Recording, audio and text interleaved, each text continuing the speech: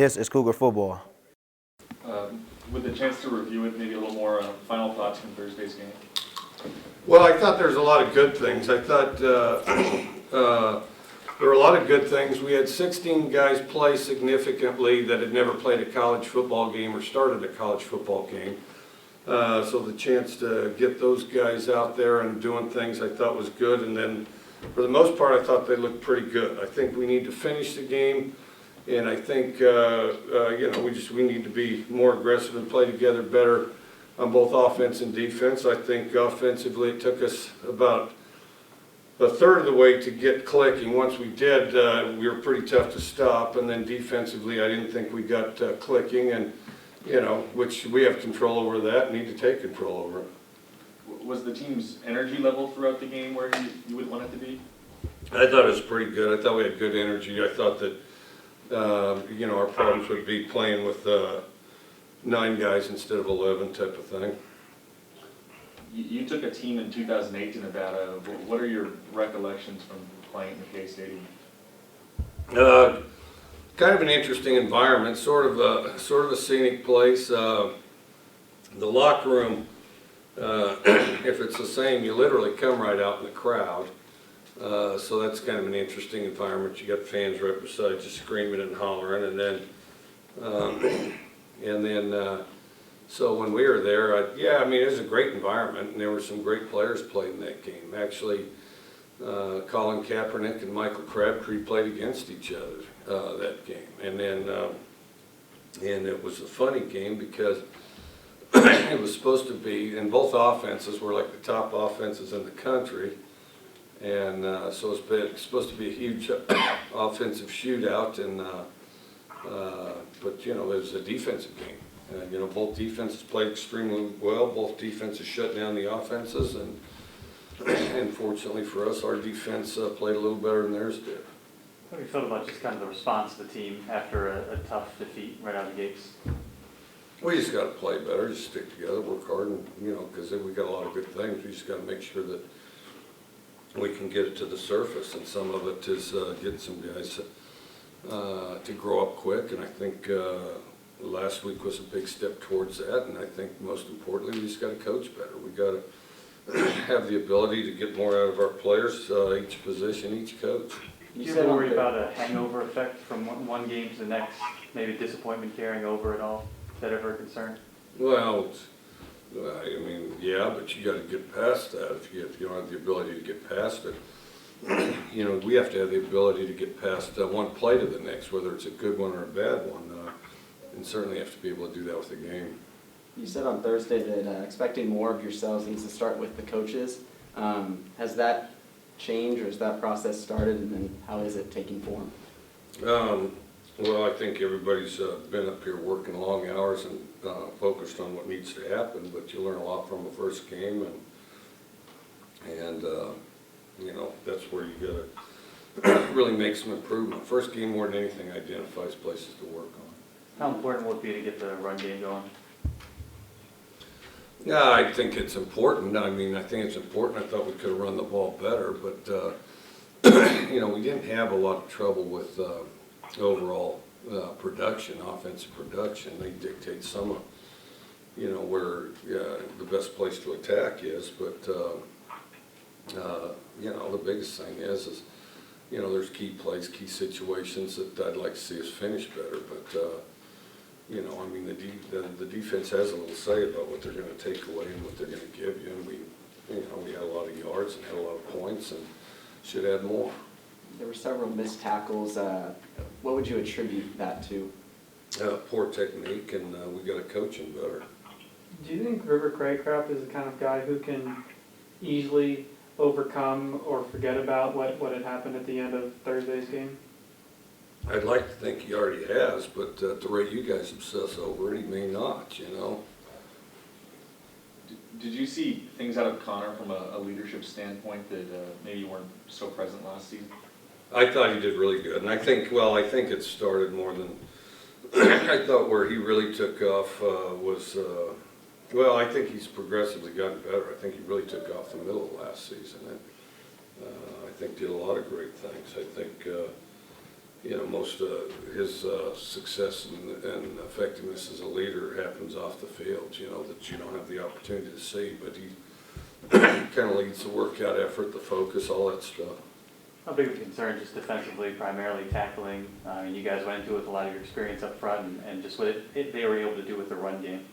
Well, we have to tackle better, there's no question, but, and we have to coach tackling better. The other thing, we have to put some pressure on them. You know, we can't just stand up there and take it. I thought we were too one-dimensional.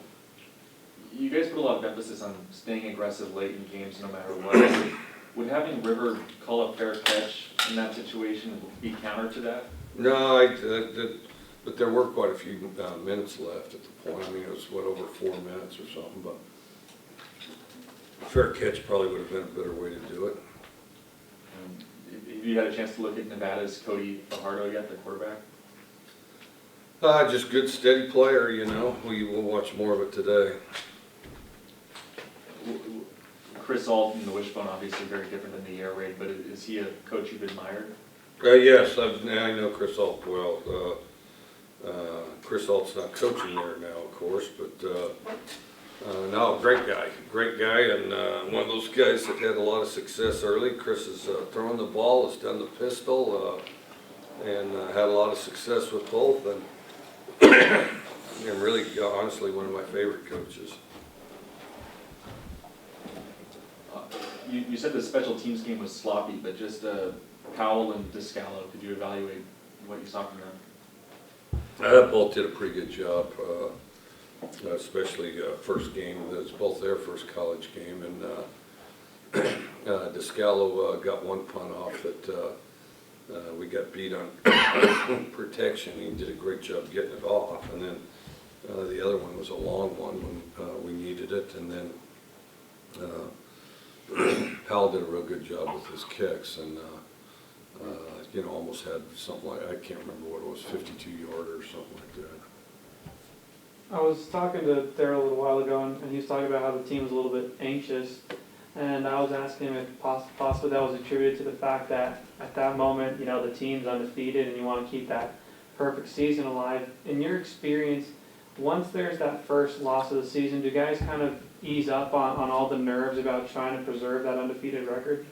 I don't know. If they think like that to begin with, their mind's in the wrong place, and then if that's required after the fact, their mind's in the wrong place. They need to focus on individual plays, and none of this, you know, all this mythical focus. That's what we try to weed out rather than try to encourage. And I'd like to think that the majority of them have the mental discipline to do it, but that's our job as coaches also to eliminate that.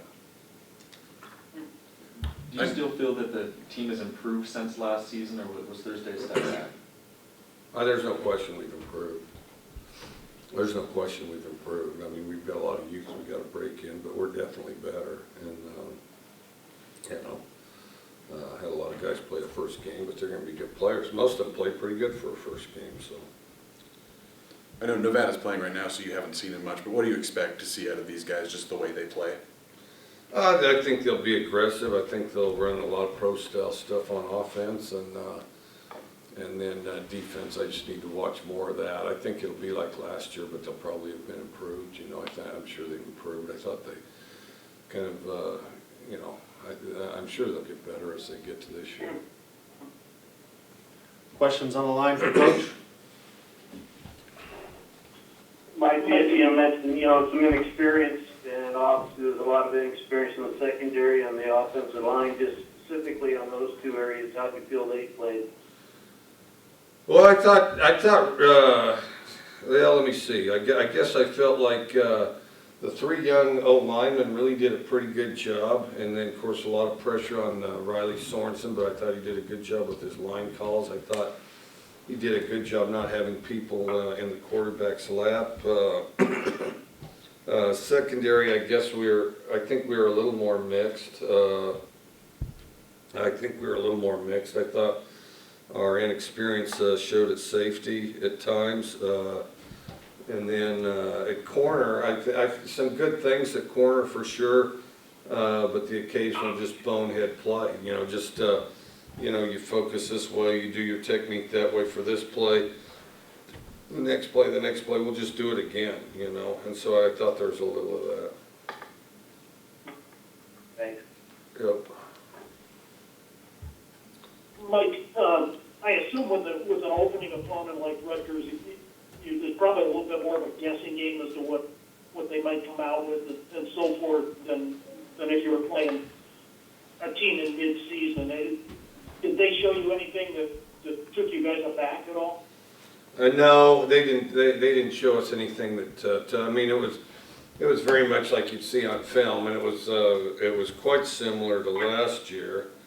You know, the biggest thing is, well, I thought we should have handled our business a little different, but you always feel like that after a first game. I think that, you know, offensively to get on track quicker is just sort of tempo and mentality, which I think, you know, we eventually got. And then I thought defensively we weren't as aggressive as I'd like going into the game. Was it more a deal of gap responsibility or just being physical, or what do you see when you look at the tape? I think we were one-dimensional scheme-wise, and I think we missed way too many tackles.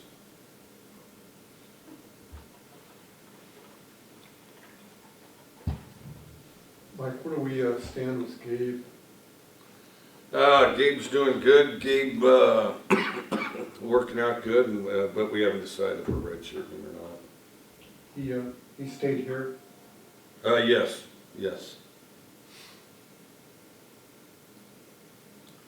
Any other questions for Coach? Student question of the week. They want to know about Geronimo and why he wrote your inspiration for your book. Geronimo, well, Geronimo, I always liked, when I was a kid,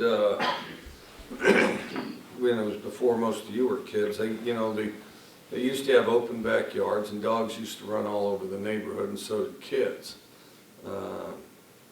And now a lot of times it seems like folks don't know their neighbors, but you know, you'd have be a herd of kids running all over, and then of course, back then you play Cowboys and Indians, and the greatest television show of all time. You know, there's a lot of great ones, and of course Seinfeld and some of the others are up there, but there's never been a better television show than Gunsmoke.